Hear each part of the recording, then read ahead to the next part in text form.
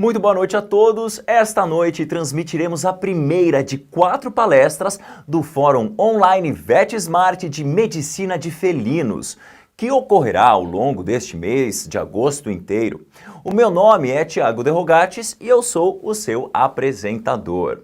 O VetSmart TV é uma iniciativa dos aplicativos e sites VetSmart para oferecer gratuitamente a clínicos de pequenos animais e estudantes de medicina veterinária conteúdo técnico atualizado em parceria com as principais empresas do setor. O tema abordado de hoje será colangite e lipidose hepática. Todos que estão assistindo hoje receberão através do e-mail cadastrado no VetSmart o certificado de presença online. E vale lembrar que o nome do seu certificado vai ser exatamente o nome que você cadastrou no VetSmart. Então, se você deseja atualizar o seu nome, acesse a área de cadastro no VetSmart pelo aplicativo ou pelo site e faça a sua alteração. A transmissão de hoje tem o patrocínio da Royal Canin. A precisão nutricional é parte do DNA da Royal Canin. Sua ciência e profundo conhecimento das reais necessidades nutricionais de gatos e cães gera produtos inovadores. A Royal Canin compartilha sua paixão, contribuindo com a saúde e bem-estar dos animais de estimação em todo o mundo. E como patrocinadora, a Royal Canin realizará o sorteio de um kit exclusivo de produtos. Para participar, basta se cadastrar e assistir aqui com a gente a transmissão de hoje. Nós vamos divulgar o nome do vencedor no final dessa transmissão.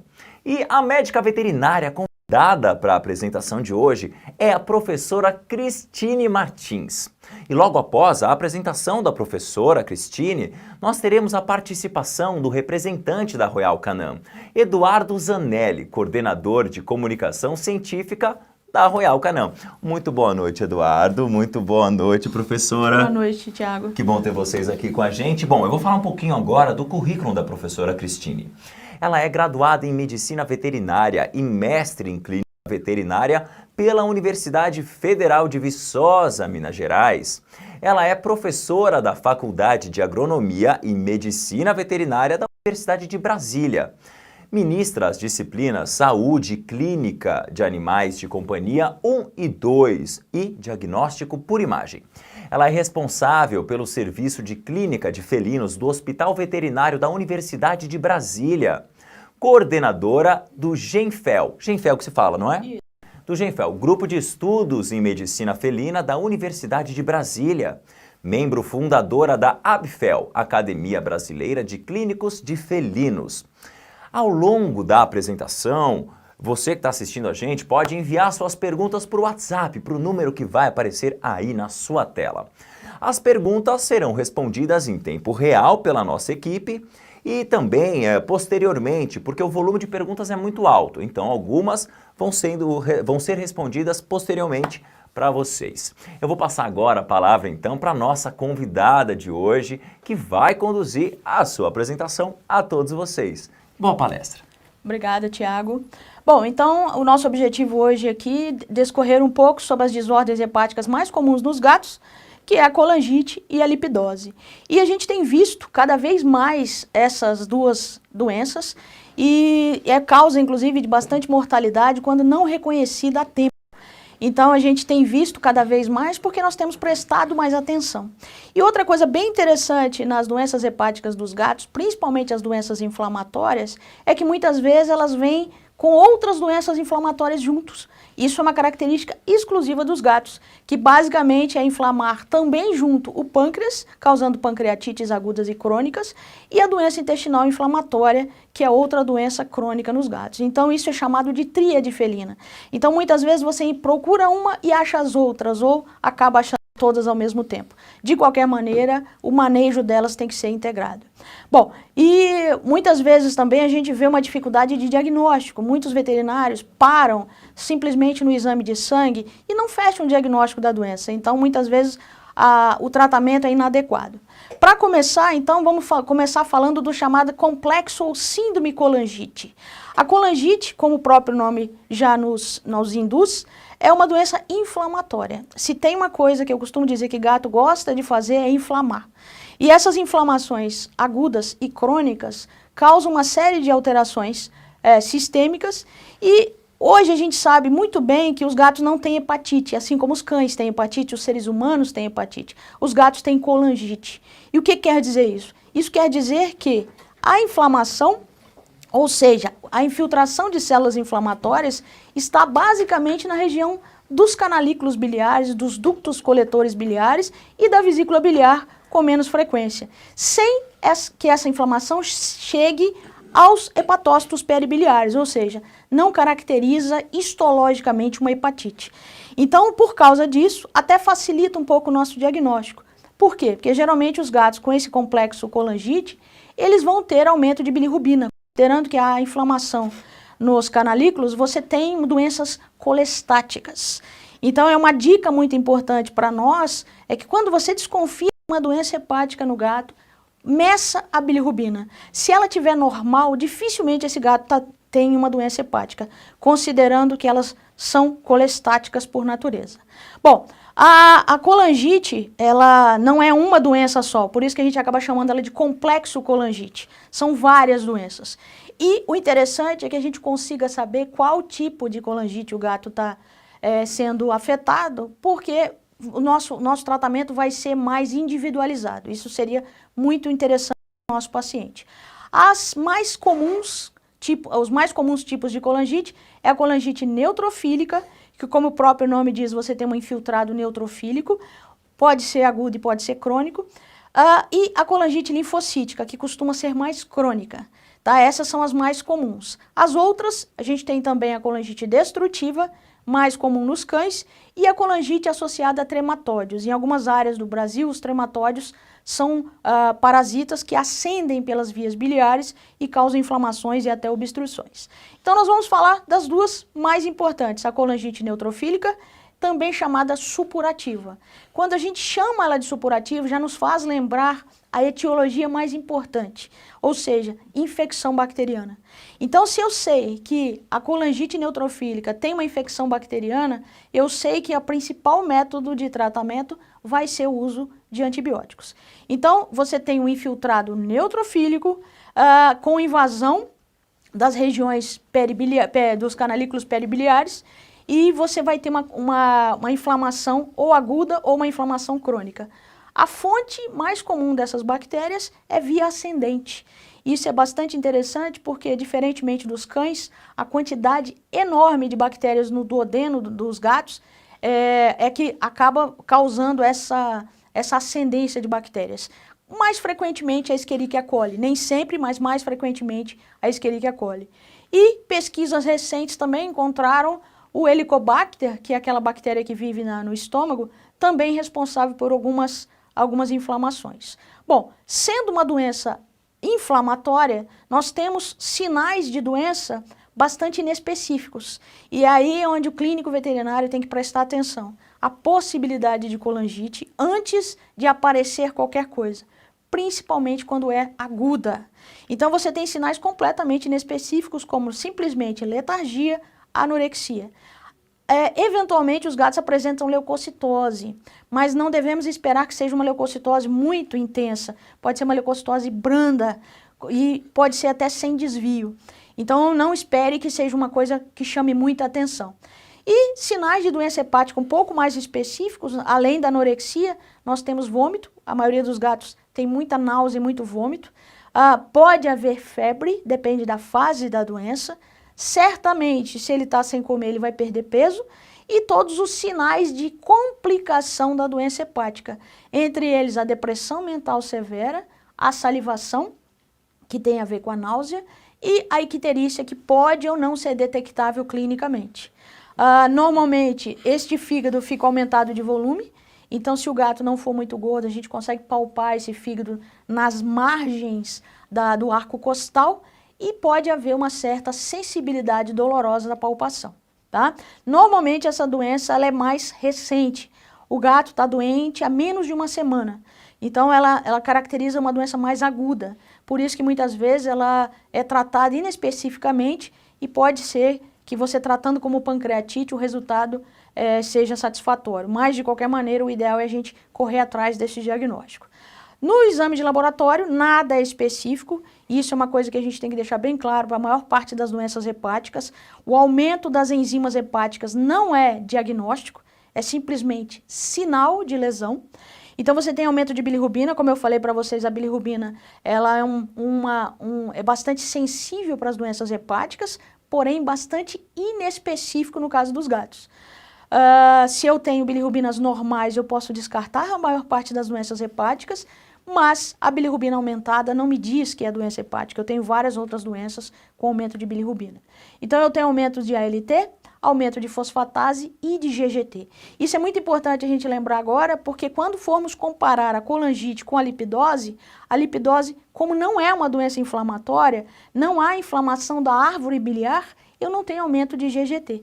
Então o GGT, a gama-GT, ela vai servir para sinalizar essa inflamação generalizada dos canalículos biliares. E, logicamente, tendo hiperbilirrubinemia, ele vai ter bilirrubinúria e aumento de urobilinogênio na urina, o que seria esperado. Se por acaso você, guiado por ultrassom, tiver a habilidade de fazer um aspirado por agulha fina, você vai ver um padrão supurativo, estéreo ou bacteriano, ou seja, eu tenho proliferações de neutrófilos, eu posso encontrar macrófagos fagocitando bactérias. Agora, cuidado que esse padrão pode ser muito parecido com o padrão desencadeado pela peritonite infecciosa felina. Normalmente, os animais com colangite não costumam ser tão jovens, não costumam ter o mesmo espectro de idade da PIF, mas de qualquer maneira a gente tem que ter cuidado para não confundir. Também pode ser parecido esse espectro citológico com trauma hepático e hepatotoxicidade causado por fármacos. Bom, ainda dentro dos achados laboratoriais ou dos exames complementares, a ultrassonografia nesse caso pode ser normal. Como eu falei, é uma doença aguda. Então pode ser que não tenha alterações típicas no ultrassom que vai nos guiar para pensar em doença dos canalículos biliares. O ideal, se você desconfiar e o gato estiver estável o suficiente, fazer uma biópsia, onde a gente certamente vai observar o predomínio de neutrófilos, principalmente nesse tecido. E aproveitar que vai fazer a biópsia, não perder a viagem e fazer uma cultura de bile. Então é muito simples, um cirurgião habilidoso, uma seringa com uma agulha fina, aqui tem a foto de uma seringa com bile. Então a gente manda para o laboratório para você não ter surpresas caso não seja Escherichia coli. A grande maioria das vezes vai aparecer Escherichia coli. E enquanto não sai o resultado da cultura, eu já vou começar o tratamento. Se a gente vê aquele padrão supurativo, eu já vou começar o tratamento. O tratamento tem que ser direto, tem que ser seguro, e a gente não ficar perdendo tempo com medicamentos que se dizem hepatoprotetores sem ter as características necessárias para que a gente designe essa função a eles. Então, o gato está doente, ele está comendo mal. A primeira coisa é reidratação, logicamente, o básico, né? Esse gato vai estar vomitando, então a gente vai controlar o vômito com os antieméticos que nós já temos segurança de utilizar, entre eles a metoclopramida, ondansetrona e o maropitam, e não atrasar o início dos antibióticos. Então, enquanto não sair o resultado da cultura, eu posso, com segurança, usar antibióticos que chegam em grandes quantidades no fígado. Entre eles, nós temos a amoxicilina, ou trihidratada, ou com ácido clavulânico, ou ampicilina. E uma combinação muito boa é a gente usar junto o metronidazol. Então, o metronidazol tem um espectro de bactérias anaeróbicas muito bom. Ele pega também o intestino. Então, ele é uma combinação muito boa aí quando a gente não sabe que bactéria que está crescendo ali. Lembrando que essa bactéria, a grande maioria das vezes, veio do intestino. Então, é um espectro que nos dá essa segurança. E outro fármaco bastante útil, que tem ação anti-inflamatória, tem ação antioxidante, é o ácido ursodeoxicólico. É um medicamento que a gente, no mercado brasileiro, só tem na farmacopeia humana, a gente não tem nenhum medicamento veterinário, mas é um medicamento que, além dessa função anti-inflamatória, ele é colerético, ou seja, ele fluidifica a bile, ele facilita o fluxo biliar, já dá uma melhorada muito grande no estado geral do animal, diminui a náusea e facilita o fluxo biliar. Então, lembrando, e está escrito aí, você vai usar esse antibiótico por no mínimo 4 semanas. Não adianta usar menos tempo, porque o animal está debilitado, a bactéria está subindo, então a gente tem que fazer isso aí pelo menos 4 semanas. Bom, essa colangite neutrofílica, na minha opinião, é a mais fácil de tratar. Então você vai direto à etiologia, que é a bactéria. O complicado, na verdade, é a colangite linfocítica, que é a segunda que nós vamos abordar. Sendo ela não supurativa, ou seja, ela é o contrário da outra, ela não tem uma etiologia direta e conhecida, ou seja, não se sabe o que é. Isso é uma característica muito comum na medicina felina. A gente ter inflamações que a gente chama de imunomediadas, autoperpetuantes e costumam ser crônicas, tá? Características muito comuns na medicina felina.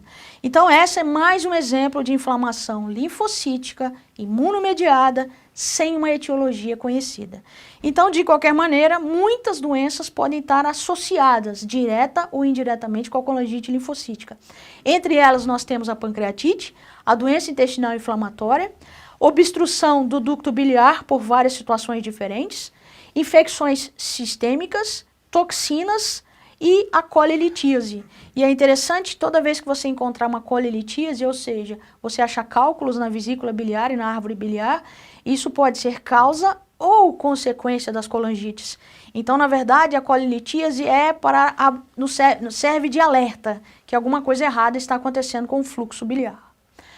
Bom, nos achados clínicos, diferente da colangite neutrofílica, nós vamos ter animais menos doentes, ou seja, é uma doença crônica. Não é aquele animal que parou de comer de um dia para o outro. É um animal que está vindo doente há algumas semanas e, dependendo da situação, até meses. Então, eu tenho icterícia em 50% dos casos. Agora, isso não quer dizer que a bilirrubina não está aumentada. Ela está aumentada nos outros 50% também, só que ainda não ao ponto de ser detectável clinicamente. Anemia branda, também não o suficiente para você confundir essa icterícia com hemólise. E já pode haver ascite. Lembrando que a ascite é uma característica de fibrose hepática. Então, a ascite acontece quando o fígado começa a sofrer características de cronicidade, ou seja, o tecido saudável vai sendo substituído por fibrose e você tem um aumento da pressão da veia porta e acaba tendo extravasamento para a cavidade peritoneal. Então, nesse caso, no início da doença, você ainda tem hepatomegalia e aumento de linfonodos ao redor do fígado. E isso, tanto uma coisa quanto outra, é fácil de observar-se no exame ultrassonográfico. Então aqui, por exemplo, eu tenho a mucosa de uma gata que estava com colangite, mas observe que a icterícia é muito discreta. Dá para ver um pouco no lábio e um pouquinho na gengiva, mas é uma icterícia muito discreta. Mais para frente eu vou mostrar o fígado dessa gata, como vocês vão observar que é desproporcional a característica clínica dela com a aparência de cronicidade do fígado. Era uma gata de 13 anos, simplesmente com apetite caprichoso, vomitando esporadicamente e perdendo peso há meses. Bom, nos exames de laboratório, aí, mais uma vez, você tem os mesmos resultados, para enfatizar para todo mundo que esses resultados não são diagnóstico de nada, são só alterações que aparecem nas lesões hepáticas. Não me diz que lesão está acontecendo, só me diz que está acontecendo. Nesse caso aqui, sendo uma doença imunomediada crônica, eu já tenho uma característica de hiperglobulinemia, muito provável relacionado com essa cronicidade. E por o animal já estar perdendo, começar a perder a sua capacidade de síntese de albumina e está comendo mal, ele vai ter uma hipoalbuminemia. Aqui, novamente, você pode ter características semelhantes à PIF. Se você fizer um aspirado por agulha fina, guiado por ultrassom, o padrão inflamatório aqui vai ser agudo, subagudo, mas principalmente predominando linfócitos e plasmócitos. E tão importante quanto a presença é a ausência. A ausência de quê? A ausência de bactérias. Não tem neutrófilos degenerados, não tem macrófagos fagocitando bactéria, principalmente linfócitos e plasmócitos. O exame complementar muito útil aqui seria a ultrassonografia. Agora, lembrando que o ultrassom também sozinho não vai fechar o seu diagnóstico. Tudo começa lá na anamnese, no exame físico, e vai se complementando à medida que nós evoluímos na exploração clínica. Então, outra coisa importante que o ultrassom vai diferenciar para a gente, que é uma doença focal ou difusa. Na maioria das vezes a colangite linfocítica é difusa, ou seja, o fígado inteiro está afetado. Outra coisa extremamente importante no caso dos gatos é determinar se tem alterações macroscópicas no pâncreas. Como eu deixei claro no início, a pancreatite é uma inflamação muito comum que acompanha a colangite. A ultrassonografia também vai conseguir determinar para a gente se já tem obstrução do ducto biliar comum, vai observar se já tem espessamento da vesícula biliar e dos ductos biliares, vai detectar o que os ultrassonografistas denominam de lama biliar, que nada mais é do que o aumento diminuição, na verdade, de fluidez da bile. Então, isso é uma das características onde começa a possibilidade da formação de colélitos. E se já tiver colélitos, ou seja, já tiver cálculo nessa vesícula biliar, isso é sinal de cronicidade também. E lógico que o ultrassom vai te dar maior segurança para procedimentos intervencionistas, de você coletar um material para saber exatamente o tipo de inflamação com que você está lidando. Então aqui nós temos um exemplo de uma vesícula biliar com a sua parede com maior ecogenicidade, então uma hiperecogenicidade da parede, que combinado com os sinais clínicos e laboratoriais, a gente pode dizer que é uma inflamação na parede, uma colecistite acompanhando uma colangite. Aqui também um paciente nosso, onde além do espessamento na parede, dá para ver muito bem como a bile está espessa, então a bile espessa, e já tem, neste mesmo paciente, já tem cálculo na saída da vesícula biliar. Nesse caso não tinha obstrução, mas já tinha formação de cálculos, caracterizando essa cronicidade, essa inflamação. Bom, o ideal é que a gente faça a biópsia. Isso, muita gente acha que é difícil, que é complicado, mas qualquer cirurgião que seja habilidoso, que consiga fazer uma ovarioesterectomia, estudando a técnica, consegue fazer uma biópsia hepática. E na biópsia você tem todas as informações que você precisa para tratar efetivamente o seu paciente, sem ficar enchendo ele de medicamento. Que vamos combinar que dar remédio para gato não é a coisa mais fácil do mundo. Então você quer acertar na mosca quais os medicamentos que realmente vão fazer efeito para aquela doença. Então é a única maneira de saber exatamente o que está acontecendo, tá? Além de tudo, você vai abrir, você vai olhar macroscopicamente para o fígado, você vai olhar macroscopicamente para o intestino e para o pâncreas, e qualquer alteração macroscópica merece a coleta de material. Por quê? O nome da doença depois vai importar muito pouco.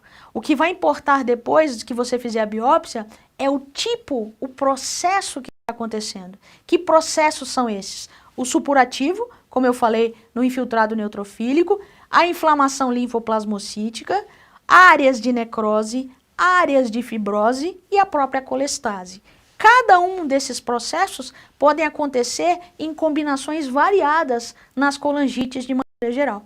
E aí, só para dar um exemplo que seria a melhor maneira de eu conseguir o tratamento se você tem um processo supurativo, eu preciso de antibiótico, como eu falado anteriormente. Mas se eu tenho um processo linfoplasmocítico, eu preciso imunossuprimir esse animal. Eu preciso fazer corticoide. Agora, o que aconteceria se eu fizesse corticoide no processo supurativo? Eu certamente ia piorar muito a doença, diminuindo a imunidade do animal. Então, a gente tem características importantes que nos indicam tratamentos diferentes. Então, só exemplificar aqui uma paciente minha, que é aquela gatinha que eu mostrei, a boca, onde pouco dá para ver a icterícia. Agora, olha a característica desse fígado. E dá para ver esse fígado todo enrugado, isso é característica de cronicidade. Outra coisa que dá característica de cronicidade para a gente é a presença de líquido. Então, aqui dá para ver muito bem o líquido abdominal. Tá? E outra coisa, o cirurgião mostrando para a gente aqui uma área chamada de saponificação, que é uma área de pancreatite. Então, aqui está mostrando o pâncreas e uma área de saponificação.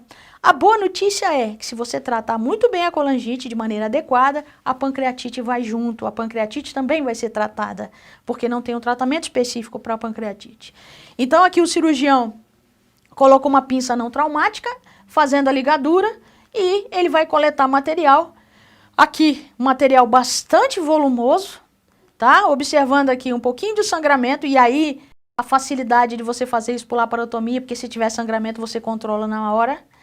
E o cirurgião aqui colocando uma compressa de fibrina para parar o sangramento. E aqui o material, que qualquer patologista, né, bem eficiente, faz uma festa com esse material aí. Então você consegue fazer várias colorações e ver várias alterações.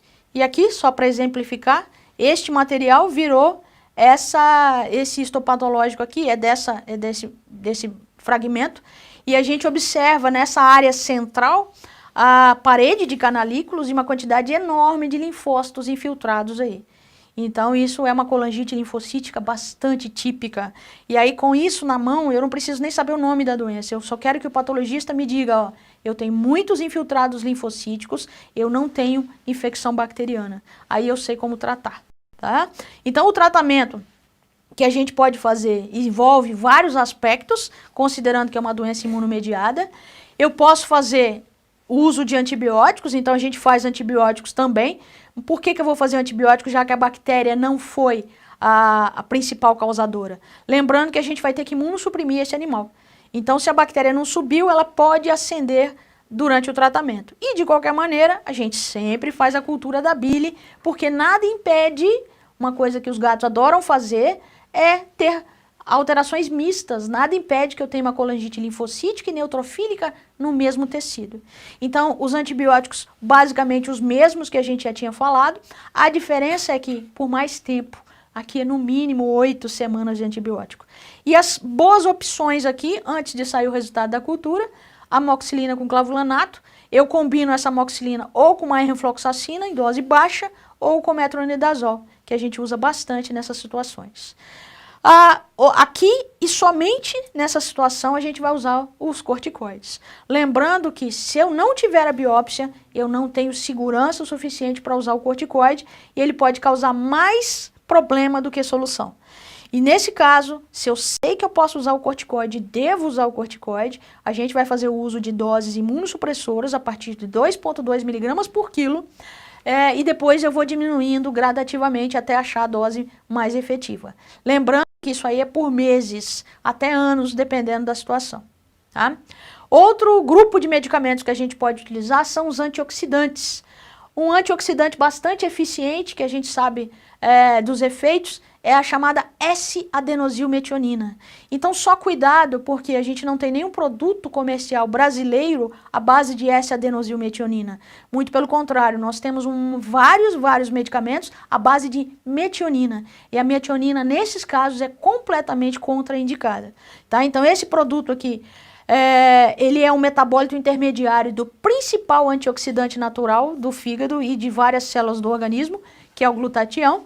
E ele consegue aumentar as concentrações de glutatião no fígado, nos eritrócitos, em todos os tecidos. Só cuidado que a S-adenosilmetionina tem que ser usada somente comprimidos estabilizados e revestidos. Então nem toda preparação manipulada vai funcionar. Mal não vai fazer, mas não pode ser que não funcione. A gente tem que ter cuidado com o tipo de produto que a gente vai usar. Só alertando mais uma vez, não use nada que seja chamado de protetor hepático ou antitóxico que tenha metionina. Bom, outra coisa extremamente importante, como várias doenças gastrointestinais é bastante importante, é o manejo dietético. E o manejo dietético não é simplesmente mudar o nome da ração. Características que a dieta tem que ter é alta palatabilidade, porque esse animal está nauseado, pequenas quantidades de refeição para evitar que a vesícula biliar fique muito cheia e, basicamente, altas densidades calóricas e proteicas a fim de evitar a principal complicação, que é a lipidose secundária. Então eu vou precisar de dietas de alta digestibilidade e, nesse caso, pode ser dieta terapêutica de alta densidade, pode ser ração de filhote. Eu uso bastante ração de filhote em animal doente, porque as rações de filhote, além de alta densidade, elas têm maior palatabilidade e maior digestibilidade. Bom, aqui também eu posso utilizar o ácido ursodeoxicólico, como eu já tinha citado. O ácido ursodeoxicólico tem essas características de ser antioxidante, anti-inflamatório, né? A dose mais frequente que nós utilizamos é de 10 a 15 miligramas por quilo. Eu posso utilizar isso por um período bastante prolongado, inclusive. Outro antioxidante bastante útil em várias situações é a silimarina. A gente só tem que ter cuidado com as preparações comerciais de silimarina. A maior parte das preparações comerciais de silimarina veterinárias no Brasil, elas são extratos vegetais não purificados. Então, nem sempre elas têm as concentrações do princípio ativo purificado. Então, por isso que muitas vezes a gente vai utilizar doses altas. Observe que eu coloquei ali, a literatura diz de utilizar de 4 a 8 miligramas por quilo. Mas se a gente utilizar isso, não vai funcionar. Eu tenho que utilizar de 20 a 50 miligramas por quilo, de maneira que eu consiga que tenha concentrações do extrato, né? A silimarina é um extrato vegetal, extrato do cardo mariano, mas ela é um antioxidante bastante interessante e pode ser utilizado também por um período bastante prolongado. Não esquecer também de suplementar vitaminas lipossolúveis como a vitamina K e a vitamina E. A vitamina E, além de ser importante em várias situações, ela é um antioxidante muito importante. O gato, mais até do que os cães, também tem uma dependência muito grande das vitaminas do complexo B. As vitaminas do complexo B são hidrossolúveis, mas mesmo assim a gente deve suplementar, principalmente se o gato não estiver comendo muito bem. Bom, para terminar as colangites de maneira geral, só lembrando mais uma vez, evitar medicamentos, produtos contendo metionina, porque não somente não ajudam, como podem agravar os quadros nesses pacientes com lesão, tá? Lembrando que os exames que nós temos disponíveis não monitoram a melhora do animal. Isso quer dizer o seguinte, se você tem um gato com a ALT bastante aumentada, a ALT está caindo, não quer dizer que o gato está melhorando. Muito pelo contrário, os animais com doença crônica chegando na cirrose hepática, ele pode ter o ALT completamente normal. Então só cuidado que esses exames não são as melhores escolhas para monitorar a melhora do animal. Lembrando também, né, nunca esquecer que junto com a doença hepática inflamatória, eu posso ter também a pancreatite e a doença intestinal inflamatória, mesmo que não apareçam sinais diferentes. Muitas vezes tudo faz parte do mesmo quadro. E o que é mais útil é a gente saber o que está tratando. A palavra hepatopatia em si não quer dizer nada. Então muita gente, infelizmente, muitos veterinários param no exame de sangue e começam a tratar. Mas você está tratando o quê? Então só cuidado que muitos tratamentos inadequados podem piorar os quadros existentes. Né? Então, a segunda parte agora que nós vamos falar da lipidose hepática. Eu até costumo dizer que a lipidose hepática é uma doença hepática, ela é uma doença metabólica, cuja maior vítima é o próprio fígado. Então, é uma desordem do metabolismo. E isso é uma característica interessante do gato, diferente do que acontece em outras espécies, diferente do que acontece nos cães e nos seres humanos, que os gatos literalmente não nasceram para passar fome. Então, um gato, um pequeno felino na natureza, um nosso gatinho na natureza, se ele estiver lá no quintal e tiver que se virar, ele vai comer várias presas, pequenas presas com altas densidades calóricas e proteicas, várias vezes ao dia.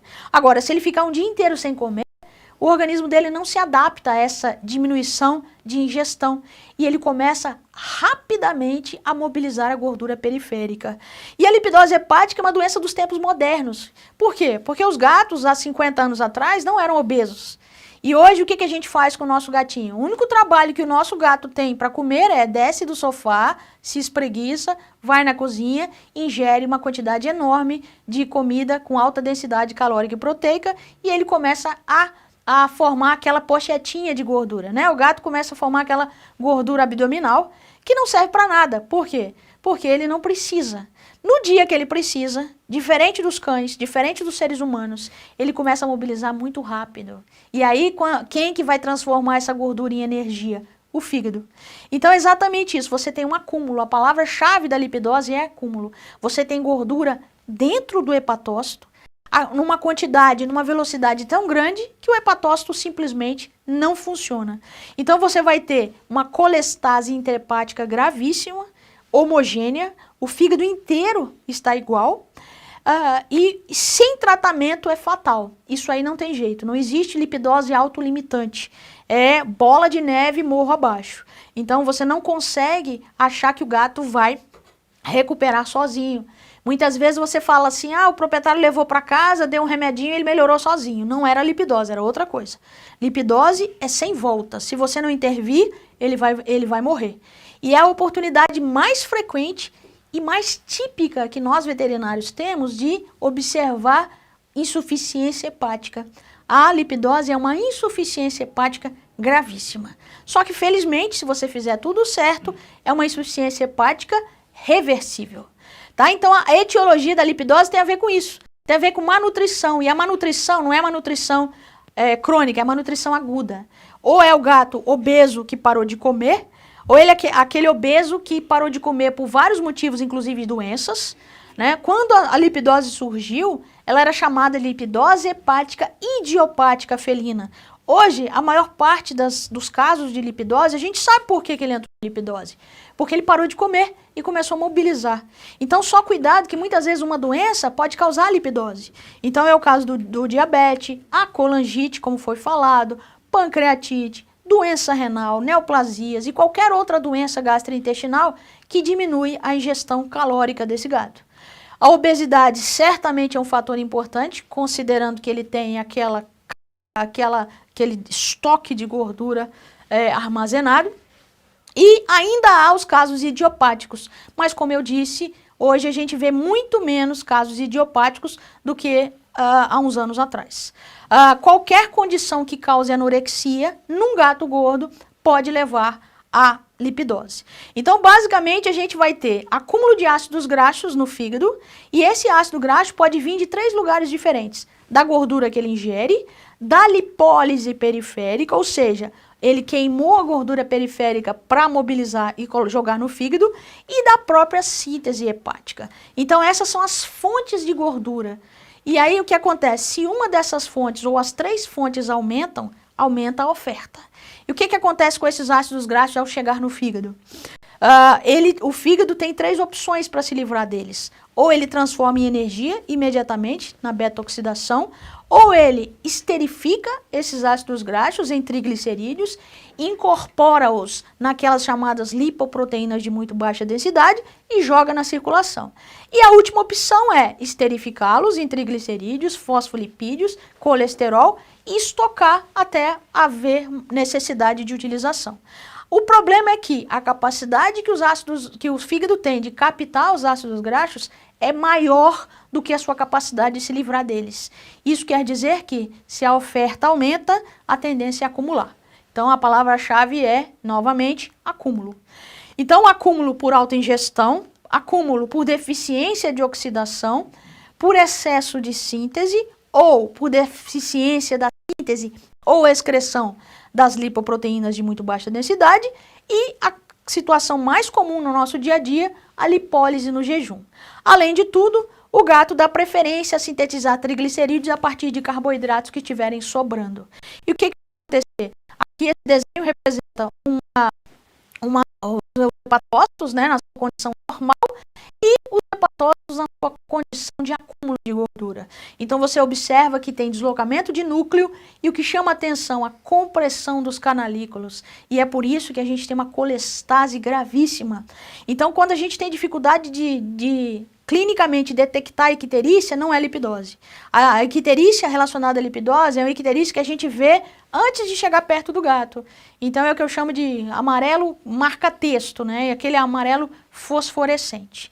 Então o animal obeso, de maneira geral, isso vale até para os seres humanos também, tendo alto nível de tecido adiposo, acaba utilizando o tecido adiposo para a produção de energia. E se aumenta a produção de energia por ácidos graxos, acaba diminuindo a utilização da glicose. Isso causa uma hiperglicemia que acaba estimulando a produção de insulina. O que, nesse caso, num animal saudável, vai diminuir a lipólise periférica. Inibe a chamada lipase hormônio dependente ou lipase tecidual. Esse mecanismo é fisiológico. Agora, quando o animal é obeso, isso é exatamente o mesmo mecanismo do diabetes tipo 2 no ser humano, você tem a chamada resistência periférica à insulina. Então você vai ter um indivíduo obeso que consegue utilizar essa gordura, mas não consegue utilizar a glicose. E aí cada vez vai aumentando a insulina até chegar num ponto que o pâncreas não consegue mais compensar isso. Então você vai ter aumento da concentração de ácidos graxos e não diminuição. E por último, nessa situação aqui a mesma coisa, se o animal é obeso, tem estoque e não está comendo, você vai ter estímulo da captação de ácidos graxos pelo fígado, da conversão em triglicerídeos e acúmulo dos hepatócitos. E aqui, nesse caso, quem estimula isso é o glucagon. A insulina vai estar inibida. Basicamente, esse é se você juntar os dois mecanismos, você tem um animal com altos níveis de gordura e, ao mesmo tempo, um animal passando fome. E, por último, no mecanismo fisiológico bioquímico, você vai ter, por exemplo, a diminuição da ingestão de proteína. E é uma coisa que ninguém pode esquecer. O gato prefere proteína a qualquer outro nutriente. O organismo dele necessita de altas quantidades de proteína. Então a capacidade dele de captar ácido graxo é maior do que a sua capacidade de secretar lipoproteína. E se por acaso ele não está ingerindo proteína ou está em catabolismo, você não tem a formação das lipoproteínas. Bom, o diagnóstico da lipidose é muito mais direto e muito mais simples do que a das colangites. Por quê? Primeiro, você tem uma anamnese típica. Muitas vezes a gente chega em 80% de certeza que é lipidose só de conversar com o proprietário. O quê? Você tem um gatinho gordo, gato de boa vida, tá? Gato que tem boa vida, obeso e um período de anorexia. E o que esse período de anorexia representa? Muitas vezes um episódio estressante na vida do gato. E lembrando que os gatos são indivíduos extremamente sistemáticos com a sua rotina. Qualquer quebra na rotina do gato, que pode ser uma hospedagem, uma internação, uma visita, nascimento de um bebê ou morreu alguém da família. Então tudo isso pode representar o estresse suficiente para esse gato parar de comer. E aí daqui a pouco ele começa a mobilizar essa gordura e entra em lipidose. Ele literalmente morreu. E é o que eu costumo dizer, os gatos morrem de saudade. Então o proprietário viaja, o gato para de comer, ele pode morrer de lipidose. Então a gente tem que ter muito cuidado para nós veterinários não sermos esse fator estressante na nossa internação, na nossa hospedagem, etc. Oficialmente a lipidose ocorre mais em fêmeas, mas a gente tem observado hoje que não tem muita diferença. Agora é mais comum realmente em gatos de meia idade. Não gato velho, não, mas gatos adultos de meia idade. Dificilmente um filhote vai ter lipidose típica desse jeito. Não é impossível, mas é bem menos comum. Bom, sinais típicos de lipidose são sinais de insuficiência hepática. Então o gato chega pra gente mal, letárgico, com depressão, fraqueza, bastante desidratado. Aí a gente tem que ter muito cuidado com a avaliação da desidratação de um gato obeso. A maioria das pessoas faz aquele pinçamento da pele, mas num gatinho obeso esse pinçamento fica inadequado. Icterícia marcante, como eu falei, não tem dúvida. Você não precisa chamar um colega e perguntar, vê se esse gato está ictérico. Não, é de longe eu tô vendo gato ictérico. Muito vômito, muita náusea. Ele pode ter diarreia ou constipação, isso não é uma característica da lipidose. Certamente ele já perdeu peso, mesmo que ele ainda pareça gordo. E o que chama atenção, que pode ser confundido muitas vezes com intoxicação, são sinais de encefalopatia hepática. E o que é encefalopatia hepática? É um estado de insuficiência hepática tão grave que as toxinas estão circulando no sistema nervoso central e o animal está completamente sedado com as suas próprias toxinas. Então ele chega no estado de estupor, às vezes até coma, que muita gente confunde com intoxicação. Então esse animal está salivando, olhar perdido para o horizonte, muitas vezes ele tem pressão de cabeça, andar em círculos ou realmente em coma. Outros sinais de doenças outras podem estar relacionadas com a causa de base, né? Então, como eu falei, ele pode ter uma doença renal e parar de comer, ele pode ter um câncer e parar de comer. Então, eu posso ter outros sinais relacionados com a outra doença. No exame físico, a gente vai ver icterícia, eu vou ver atrofia muscular, isso é uma coisa que acontece muito facilmente de visualizar no gato. Antes de queimar toda aquela gordura, ele já tem atrofia muscular. A gente vê isso nos grupos musculares, na cabeça. Se ele não for obeso, dá para sentir o aumento de volume do fígado também. Vai estar desidratado, raramente caquético, às vezes não dá tempo dele chegar caquético pra gente, ele morre antes se ele não for tratado. E uma característica que chama atenção é a ventroflexão de pescoço. Então, lembrando que o gato, não tendo o ligamento da nuca, a fraqueza muscular extrema causa ventroflexão de pescoço. E outra coisa também, que é muito frequente nos gatos com lipidose, é a tendência à hemorragia. Cada veia que você punciona para coletar sangue, você vê hematomas enormes. Isso muito fácil de entender porque o fígado é um dos principais responsáveis pela síntese de fatores de coagulação e absorção de outros. Então no exame físico a gente vê, e aqui é o melhor lugar para a gente ver icterícia no gato, que é no pálato mole, então dá para ver certinho aí essas duas linhas amarelas de icterícia. O gato bastante apático, ele parece que está sedado, e ele realmente está sedado pelas suas próprias toxinas. Uma icterícia violenta, então a gente vê assim tons de amarelo extremos nesses gatos com lipidose, não tem a menor dúvida, toda a pele pigmentada de bilirrubina. Aqui é a mesma coisa na orelha, no lugar bom também. Esse gatinho aqui, além da lipidose, ele tinha feito pneumonia aspirativa, porque estavam tentando dar comida via oral para esse gato, e lembrando, se ele entra em cefalopatia hepática, ele não consegue engolir direito. Então ele fez pneumonia aspirativa. Muita náusea, é aquele gato que olha para o horizonte e baba, o cheiro de comida faz ele vomitar. Isso que a gente chama de amaurose, esse olhar perdido para o horizonte, ou seja, uma cegueira central, ele não presta atenção nos arredores, ele não sabe o que está acontecendo aos arredores. Então olha só, o olhar fixo, perdido no horizonte, muita náusea, qualquer cheiro, qualquer coisa, ele está nauseado. Não adianta forçar comida nesse gato, ele vai vomitar, né? E aí chama atenção essa característica, isso é um gato com típicas alterações de cefalopatia hepática. Então observem que é um gato desequilibrado, ele parece que está acordando da anestesia, né? Então ele não consegue levantar o pescoço. Observe que geralmente quando a gente põe o gato em cima da mesa, a primeira coisa que ele faz é olhar para cima. Ele não consegue olhar para cima, olha, ele tenta olhar para cima. Então ele está tonto, ele tá, olha, começa a se movimentar, começa a ter tremores intencionais na cabeça. Então é um gato típico com encefalopatia hepática relacionado com a lipidose. Bom, quando a gente, nessa altura do campeonato, a gente já tem mais de 80% de certeza que esse gato tem lipidose. No exame de sangue de lipidose pura, a gente vai ver uma anemia suave. Eu posso ver poiquilocitose, que são alterações morfológicas nos eritrócitos, e muitos gatos têm corpúsculos de Heinz, que lembrando, o corpúsculo de Heinz é uma lesão oxidativa do eritrócito, né? Eu posso ter uma neutrofilia ou neutropenia, considerando que não é uma doença inflamatória, então eu não espero que haja alterações no leucograma. Na bioquímica, sim, eu tenho alterações bastante graves, eu tenho uma bilirrubina muito alta, aqui a bilirrubina costuma ser 2 dígitos, é bilirrubina 10, 12, então a bilirrubina muito alta. Eu tenho aumento expressivo das enzimas hepáticas, entre elas a fosfatase bastante aumentada, mas geralmente o GGT não tem um aumento proporcional à fosfatase.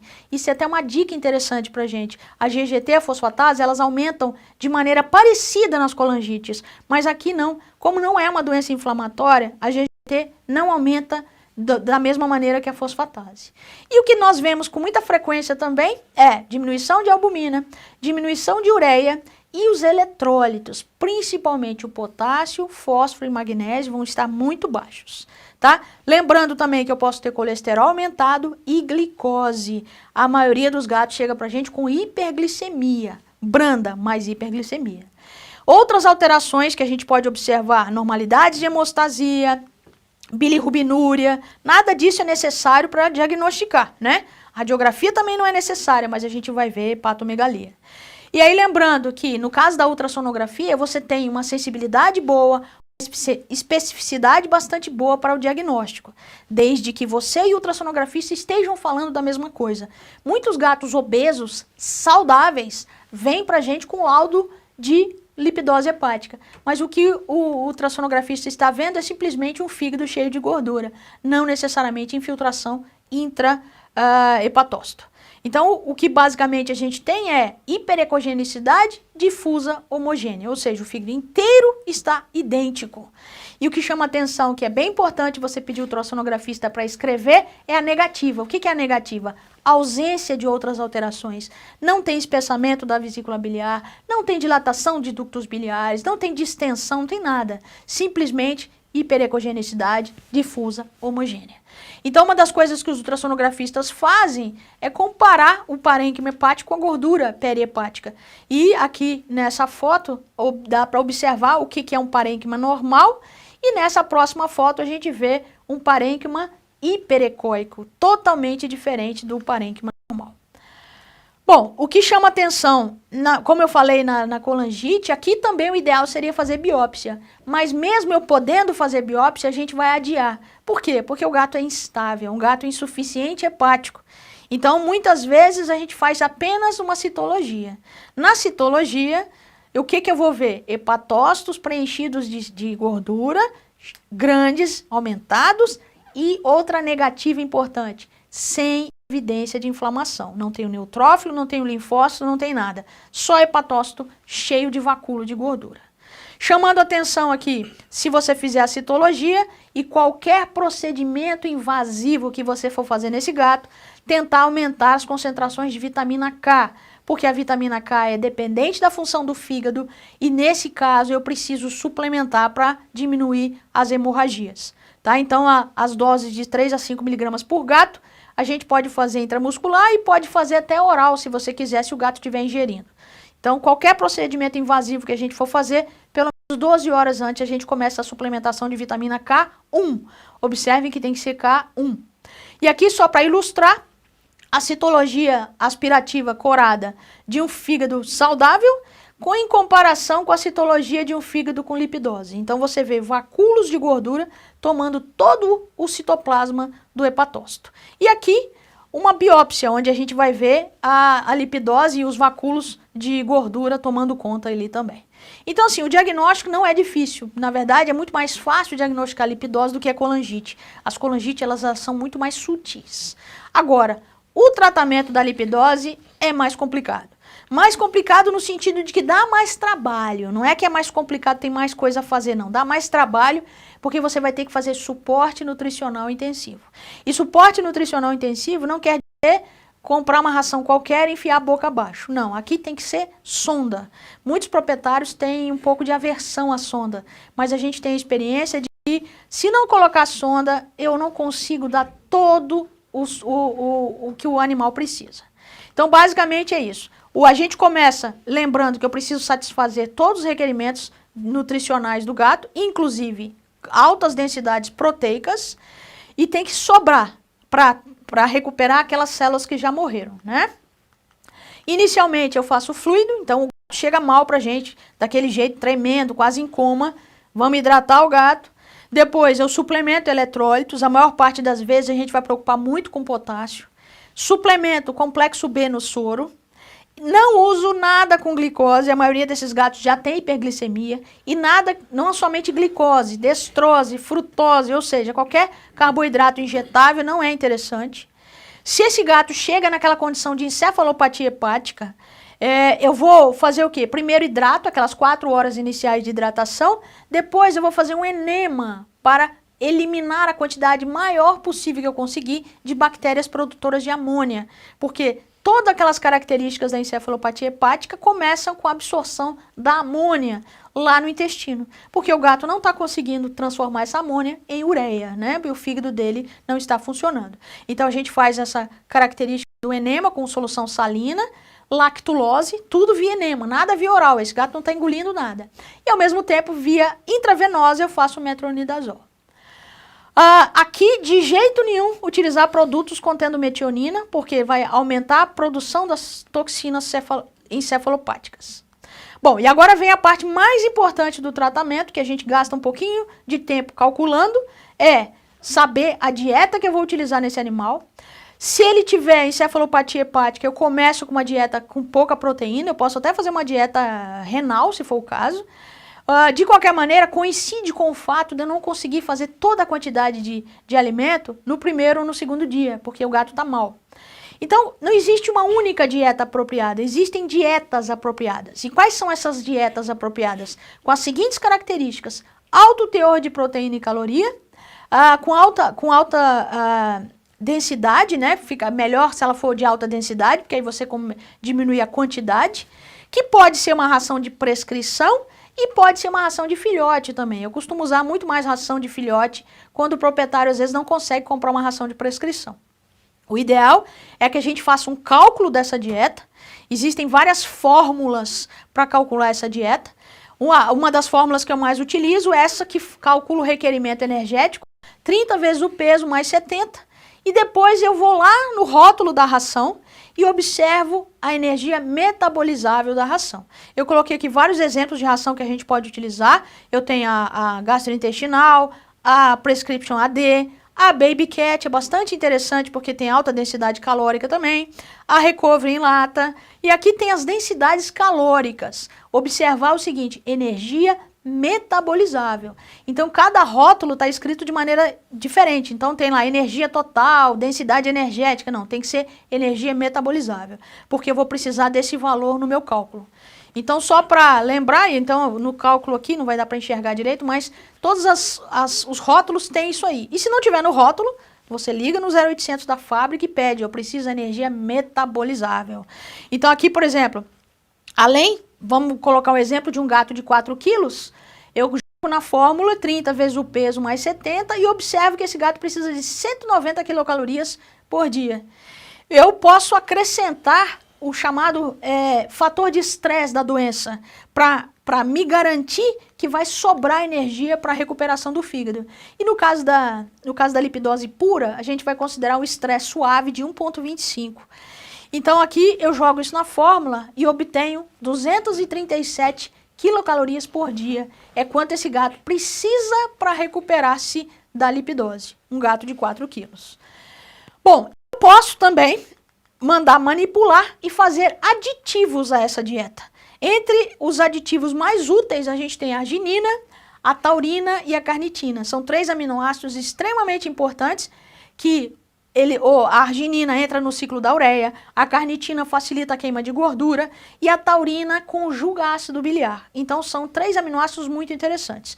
A tiamina, que é a vitamina B1, ela também melhora a força muscular. E lembrando também de continuar a suplementação com vitamina K1, que pode ser oral, se o gato já tiver já tiver controlado o vômito, né? E a vitamina E, como eu falei, é um ótimo antioxidante para várias situações. Bom, depois de escolhido o que fazer e quanto fazer, agora eu preciso saber como fazer. E os métodos de alimentação que podem ser utilizados são vários. Alguns não devem ser utilizados. No caso, por exemplo, daquele truque que a gente faz na internação de aplicar diazepam na veia e o gato comer na hora. Nesse caso aqui, a gente não deve usar esse truque, porque o benzodiazepínico é completamente metabolizado no fígado e o gato vai até ter mais problemas. Então a gente tem as sondas. A sonda nasoesofágica é uma vantagem muito grande dessa sonda. Ela é fácil de colocar, mas a vantagem para por aí, porque as desvantagens são grandes. Quais são as desvantagens? Ela incomoda, ela é muito fina e eu vou ter que diluir muito a dieta e ela não pode ficar muito tempo, o gato se incomoda muito com ela. A orogástrica não é adequada para lipidose, apesar da gente utilizar em outras doenças, e a sonda nossa de escolha é a sonda esofágica. A única desvantagem dela seria o fato dela necessitar de uma anestesia, porque eu preciso colocar ela sob anestesia, tá? Quando saíram as primeiras publicações sobre lipidose, a maioria dos gatos saíam da clínica com uma sonda gástrica. Por quê? Porque os países de primeiro mundo têm uma facilidade muito grande de botar sonda gástrica via endoscopia.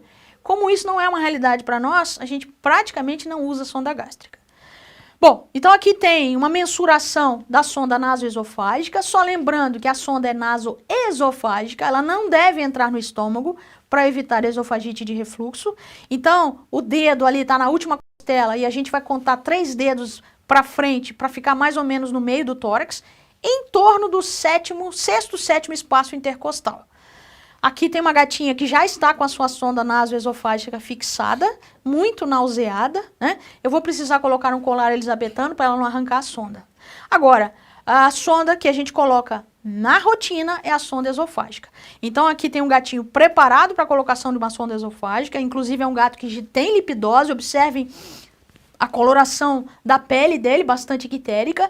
Ele está anestesiado com propofol apenas e ele está entubado para garantir a via. A gente não costuma precisar fazer anestesia inalatória. Então, posicionamento, preparação para colocação. Então, prepara a pele cirurgicamente, ou seja, tricotomia, antisepsia. O material que a gente usa, o material estéreo, é apenas isso. Eu preciso só de uma pinça longa e curva e material para sutura. Aqui tem uma primeira técnica que todo mundo utiliza, aqui a gente coloca um abridor de boca, evitar aqueles abridores metálicos, vamos botar só um abridor plástico. Então a sonda longa e curva vai o mais caudal possível, onde vai ser cortado com bisturi só para a pinça puxar a sonda, e aí a sonda retorna até a boca, onde vai ser posteriormente fixado ali na região do esôfago. Essa fixação é muito importante para evitar que a sonda se desloque e entre no estômago, tá? Então, aquele ponto de bailarina. Bom, hoje eu não faço mais essa técnica demora um pouco demais e eu não tenho habilidade cirúrgica para fazer essa técnica. Eu acho que ela demora demais. Eu passei a utilizar um guia metálico na sonda e eu vou mostrar o que a gente faz hoje. Com o guia metálico eu não preciso voltar com a sonda até a boca, o que cai o tempo para metade do que se precisava antes. Então, aqui a gente mostrando o que a gente faz hoje. Então, observe que esse gato está anestesiado apenas com propofol. A gente coloca o abridor de boca, que na verdade é uma tampa de agulha, é bastante seguro, melhor do que os abridores metálicos. Vamos com a pinça o mais caudal possível. Alguém segura a pinça empurrando a sua ponta para cima, de modo que exponha lá mais caudal possível, lembrando que isso é uma esofagostomia, não é uma faringostomia. Alguém fica segurando a pinça, empurra para cima e cortando com o bisturi na pele o menos possível. Inclusive, técnica que os cirurgiões não gostam muito, a gente mastiga a pele como o professor de cirurgia ensinou a não fazer, mas da maneira mais rápida possível de romper a musculatura. E agora, o guia metálico dentro da sonda, a gente pinça a sonda e puxa cranialmente apenas para garantir que está dentro do esôfago. Então, observem que aqui vem a parte que conta com a ajuda ali. Aqui a gente já soltou a pinça agora vira. Observem que a sonda está marcada de caneta, a gente marca antes para saber até onde ela pode ir. Pronto, acabou o procedimento. Então, nesse momento aqui, a gente só confere para ver se está tudo no lugar. A sonda que eu utilizo é uma sonda uretral número 14 ou 12. Eu não utilizo sonda Foley, eu acho que a sonda uretral ela funciona muito melhor e ela pode ficar bastante tempo, não sem problema nenhum, nunca tive problema com a sonda uretral. Nesse momento, a gente sutura e acabou. Nesse momento que eu coloco a agulha na pele e dou o ponto, eu já falo com o anestesista que acabou o procedimento. E o procedimento dura 2,5 minutos. Se eu consigo fazer, qualquer um consegue. Eu não sou cirurgiã. Depois a gente confere com raio-x para ver se a sonda... Na verdade, não tem dúvida que a sonda está no esôfago. A dúvida que eu sempre fico é se ela não está entrando no estômago. Aqui, nesse caso dessa radiografia, eu puxaria um dedinho para frente para evitar que ela entre no estômago. Aqui ela está bem posicionada. Eventualmente pode acontecer isso, olha, ela dobrar. Mas para evitar que ela dobre, a gente tem lubrificado ela com gel e aí ela parou de dobrar, é mais fácil de fazer. Lembrando que é uma sonda grossa, é uma sonda 14, 12. E fica assim, a gente coloca uma pomada antibiótica, uma atadura bem frouxa para não incomodar o gato e eu consigo administrar a dieta de maneira mais fácil possível. No dia de tirar a sonda, quando que eu vou tirar a sonda? Lembrando que uma lipidose típica sem complicação dura em torno de 2 a 3 semanas, no máximo. Então, esse gato vai para casa, ele não precisa ficar internado. Assim que ele estiver estável, ele vai para casa, a gente ensina o proprietário a fazer a dieta e manda para casa. O proprietário tem que ser instruído a deixar a comida disponível para o gato, a comida que ele mais gosta, qualquer ração que ele gosta, fica lá disponível. No dia que ele começar a se sentir bem, ele volta a comer sozinho. Essa é outra vantagem dessa sonda, ela não atrapalha ele a comer. Então, nesse caso aqui, o que a gente faz no dia de tirar a sonda? Eu coleto o sangue, eu vou ver se a bilirrubina está normal, se o potássio está normal. Bilirrubina e potássio normal, o gato tem que comer na minha frente, vi que comeu, aí a gente tira a sonda. É só puxar, não precisa dar ponto, não precisa fazer nada, é bem tranquilo. E aí, lembrando, aqui na finalização, aqui lembrando coisas bem importantes. Quanto mais tempo o gato ficou sem comer, em jejum total, mais lenta tem que ser a reintrodução da dieta forçada, para evitar o que a gente chama de síndrome de realimentação. Então, geralmente, no primeiro dia a gente começa com um terço só da quantidade, depois 2/3 e até o total. E levar em consideração também a violenta diminuição do volume gástrico que esse gato sofreu durante o tempo. Por isso que muita gente chega para mim e fala que está com dificuldade de controlar o vômito. Mas se você fizer de acordo com a capacidade gástrica, não vai ter problema. Então aqui é só um exemplo, isso aqui foi uma publicação de lipidose mostrando duas fotos de estômago de gato. Um gato de 4 quilos que acabou de morrer atropelado, tiraram o estômago dele, encheram de água, coube 140 ml. O outro gato morreu de lipidose sem tratamento, só coube 15 ml. Ou seja, se você der 20 ml de comida para aquele gato, o que vai acontecer? Ele vai vomitar. Não tem antiemético que segure isso. Isso vai voltando ao normal aos poucos. Não acho que de um dia para o outro isso vai voltar, né? Então a gente tem que ir devagar. Evitar a todo custo uma coisa chata na nossa profissão, que é eu fazer o gato ficar doente na minha internação. Ou seja, o gato está doente tomando soro e as pessoas acham que soro alimenta. Soro não alimenta, ele tem que comer. O gato precisa de proteína. Eu preciso evitar a lipidose iatrogênica. Então, para finalizar aqui, no prognóstico da lipidose tem algumas dependências. Quanto mais cedo for instituída a terapia nutricional, melhor vai ser o prognóstico de recuperação. E alguns indicadores interessantes de prognóstico favorável. Entre eles, a gente tem a bilirrubina caindo e o potássio voltando ao normal. E o magnésio também voltando ao normal. Por quê? Não adianta você repetir fosfatase, ALT, tudo isso vai estar alterado ainda. Quem te diz que o prognóstico é favorável é a bilirrubina caindo dia a dia e o potássio voltando ao normal dia a dia. Bom, então isso conclui a nossa exposição sobre lipidose. Então, só lembrando que a lipidose é uma doença metabólica grave, que a gente tem que ter muito cuidado dos gatinhos gordos. Se você vai internar um gato gordo na sua clínica, ele tem que comer. Ah, mas ele está gordinho. O problema é esse, ele tem reserva. E tendo reserva, ele joga no fígado, tá? Então, eu encerro aqui a minha apresentação, esperando que vocês tenham aproveitado bastante e tratar bem os gordinhos. Os gordinhos sofrem nesse mundo. Muito obrigado pelas suas palavras, pela sua palestra. E agora, com vocês, o representante da Royal Canin, Eduardo Zanelli, coordenador de comunicação científica da Royal Canin. Boa noite a todos, é um prazer imenso estar aqui com vocês, falando um pouquinho sobre nutrição relacionada com medicina felina. Nesse nosso primeiro encontro, vamos falar um pouquinho sobre a Recovery, que é um produto destinado para aqueles animais que estão hospitalizados, que vai muito de encontro com o que a professora Cristine abordou com a gente. Então, um dos desafios que a gente tem para a nutrição dos pacientes críticos, os pacientes que estão internados, os pacientes que estão sofrendo com lipidose hepática, com relação à alimentação desses pacientes.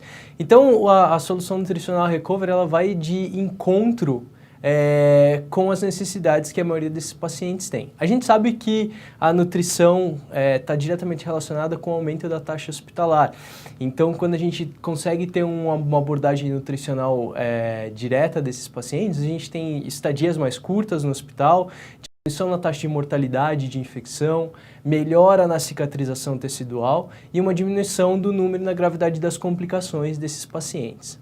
Então, a maioria desses pacientes que estão aí sofrendo algum tipo de trauma, algum evento de alta necessidade energética, eles têm em comum, na maioria deles, eventos de gliconeogênese, que são eventos que muitas vezes não são bem vistos no ponto de vista de retorno hospitalar.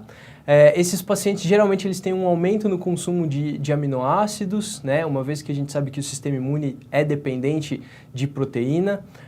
Fatores de coagulação, proteínas inflamatórias estão relacionados também com esses animais. Muitos desses animais têm um aumento no gasto energético. A professora Cristine introduziu quando a gente tem aquelas necessidades de 1,25 vezes a necessidade basal, 1,5 vezes a necessidade basal e chegando até 2, né? E esses animais, geralmente, eles têm um estado de anorexia ou de redução do apetite. Ou, muitas vezes, eles têm uma impossibilidade de se alimentar, quando a gente está falando de animais que sofreram fraturas, por exemplo. Isso vai levar a uma deficiência proteica e, principalmente, num balanço energético e proteico negativo.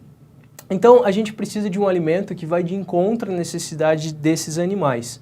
Um alimento que contenha, por exemplo, aminoácidos de cadeia ramificada que vão promover uma gliconeogênese sem a utilização de carboidratos ou de açúcares que esses animais podem não estar metabolizando de maneira correta.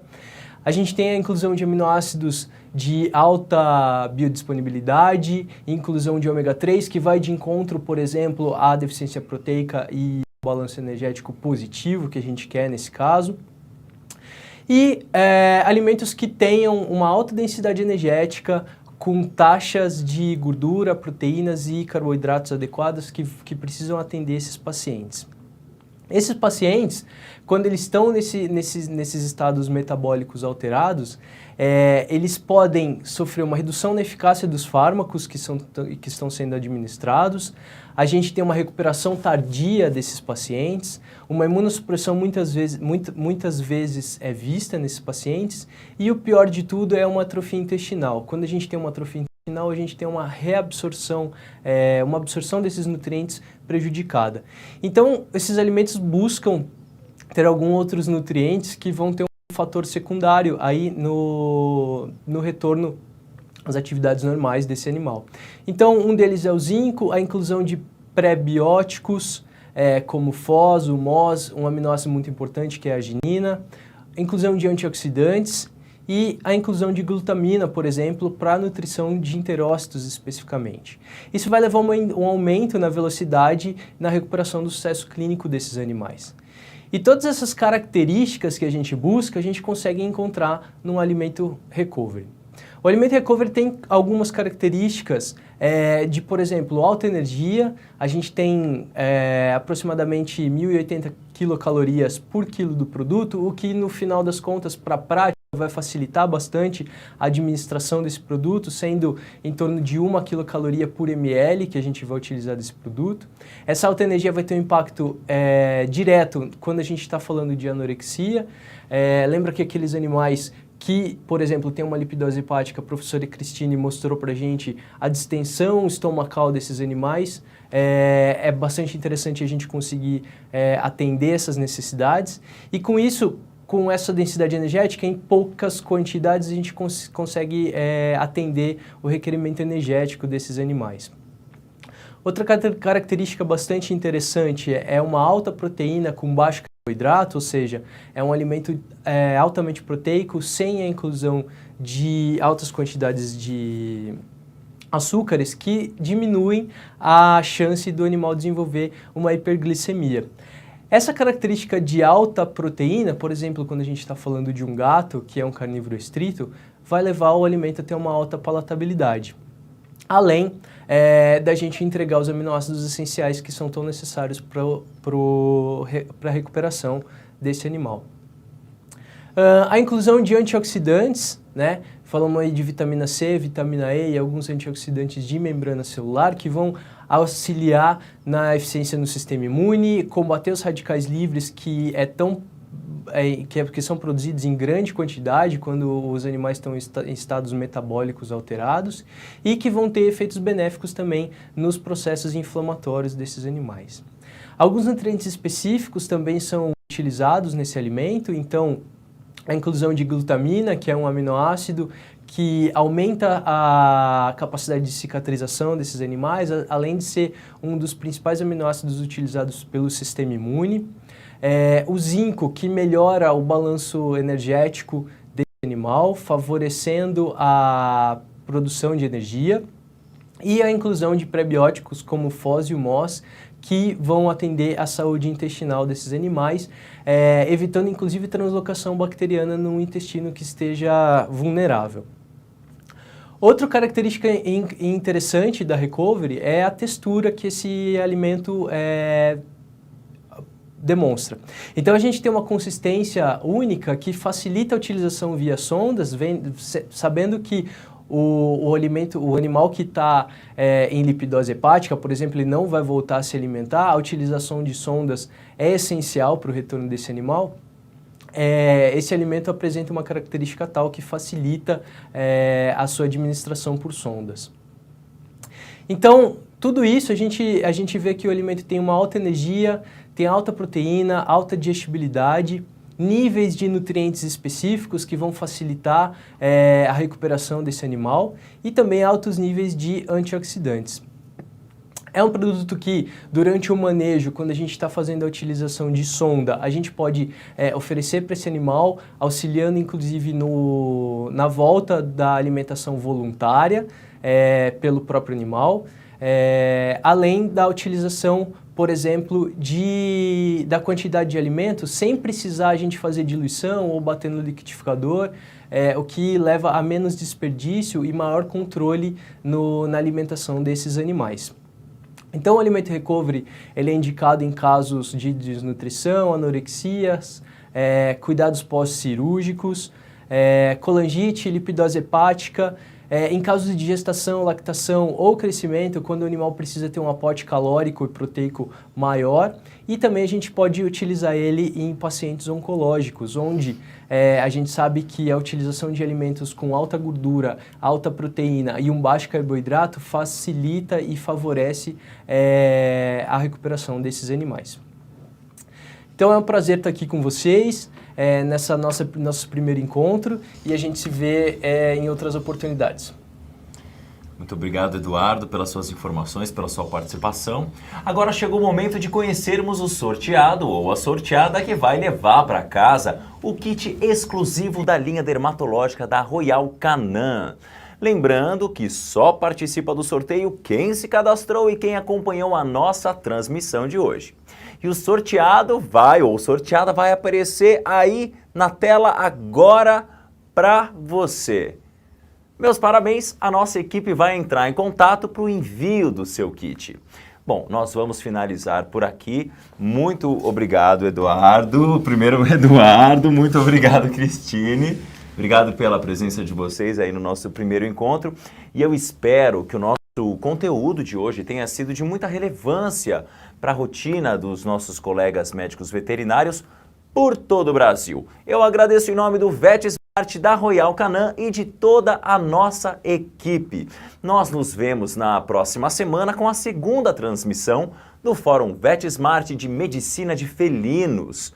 E, novamente, quem vai estar com a gente é a professora Cristine Martins, que vai falar sobre o tema diarreia crônica. Boa noite, professora. Boa noite, Eduardo. Boa noite a todos. Até a semana que vem.